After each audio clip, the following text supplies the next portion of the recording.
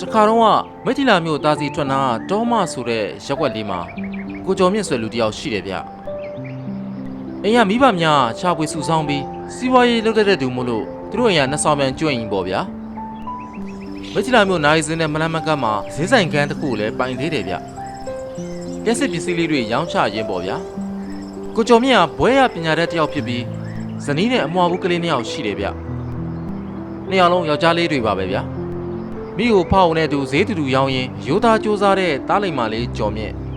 စိတ်လေးရက်ကွန်ဖဲဖားဆိုတဲ့ယောက်ျားသားတော်တော်များများတို့တစ်ခုမဟုတ်တစ်ခုတက်မြောက်ပြုခြင်းလေးရှိတဲ့အရာတွေကိုကင်းစင်ပပျောက်တယ်လို့ကိုကျော်မြင့်ကိုပတာကိုဂုံယူဝင်ကြွားတယ်လို့ပတ်ဝန်းကျင်မှာလည်းတားကောင်းရတနာဝေကန်ထိုက်သူစသဖြင့်ဂုံသတင်းကြော်မွေးတာပေါ့ဗျာတနေ့တော့ကိုကျော်မြင့်ရောက်ခမကြီးဆုံးတယ်ကိုကျော်မြင့်တို့ဇနီးမောင်နှံသူတို့အိမ်နဲ့မနီးမဝေးရရောက်ခမအိမ်မှာနာရည်အတွက်တွားကူကြတယ်ဗျာနာရည်ဆိုတော့အိပ်ပန်ဆောင်နေတဲ့ဖဲဝိုင်းလေးပါလေးပါတာပေါ့ဗျာအဲ့ဒီမှာဖဲဝိုင်းလူလိုလို့ကိုကျော်မြင့်ဝင်ရိုက်တယ်ရက်တက်လို့ရလို့မဟုတ်ဘူးဗျဘေးနာဟိုလူတင်ဒီလူတင်နဲ့သူလဲညံကောင်းတော့ခဏနဲ့တက်သွားတာပေါ့ဗျာအဲ့ဒီမှာမကြပါဘူးကျော်မြင့်ငွေ900လောက်နိုင်လာတယ်ဗျအဲ့ခေတ်ကငွေ900တာမန်မိသားစုတစ်ခု2ရက်လောက်ဗတ်ရိုက်စားလို့ရတယ်ဗျဖေကမကောင်းမှန်းသိပေမဲ့ခဏပဲစော့ခဲ့ရပေမဲ့ကျော်မြင့်ရဲ့အသွေးတဲ့သားထဲမှာငွေ900နိုင်ခဲ့တယ်ဆိုတာကတော့စွဲတင်ကြံခဲ့တယ်ဗျအဲ့လိုနဲ့မိမိပြောက်နေလာရင်5-6လလောက်ရှိတဲ့အခါမှာတော့သူတို့ဆိုင်ရာကလေးတွေဖဲကိုစော့နေတာအောင်မိတယ်ဗျကလေးတွေကိုဆုံးမစကားပြောဆိုရင်းနဲ့ဖဲတို့ကိုအန်ဆွဲတဲ့တင်ထားလိုက်တယ်ဗျာညနေဆိုင်မှာလူရှင်းတဲ့အချိန်အန်ဆွဲတဲ့ကဖဲတို့ကိုထုတ်ကြည့်ရင်သူ့စိတ်ထဲမှာဆုံးသွားတဲ့ရောက်ခမကြီးကိုသတိရတာလို့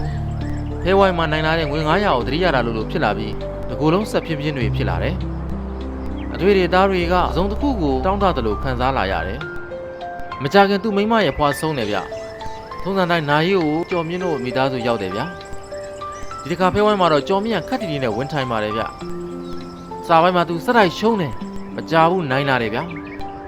ခံစားချက်တွေအရန်ကောင်းလာတယ်ရိုလာကိုစတာစီးရတဲ့ခံစားချက်လို့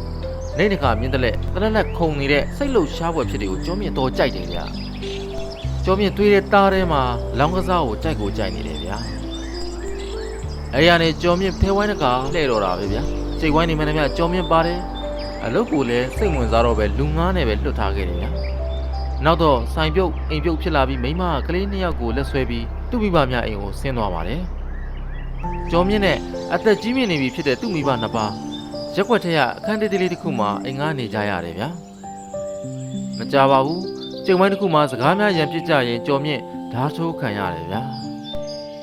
အမေကြီးနဲ့အဖေကြီးဆေးရုံလိုက်သွားတဲ့အချိန်ကျော်မြင့်ကပက်လက်ကြီးအသက်တောင်မရှူတော့ပါဘူးဗျာ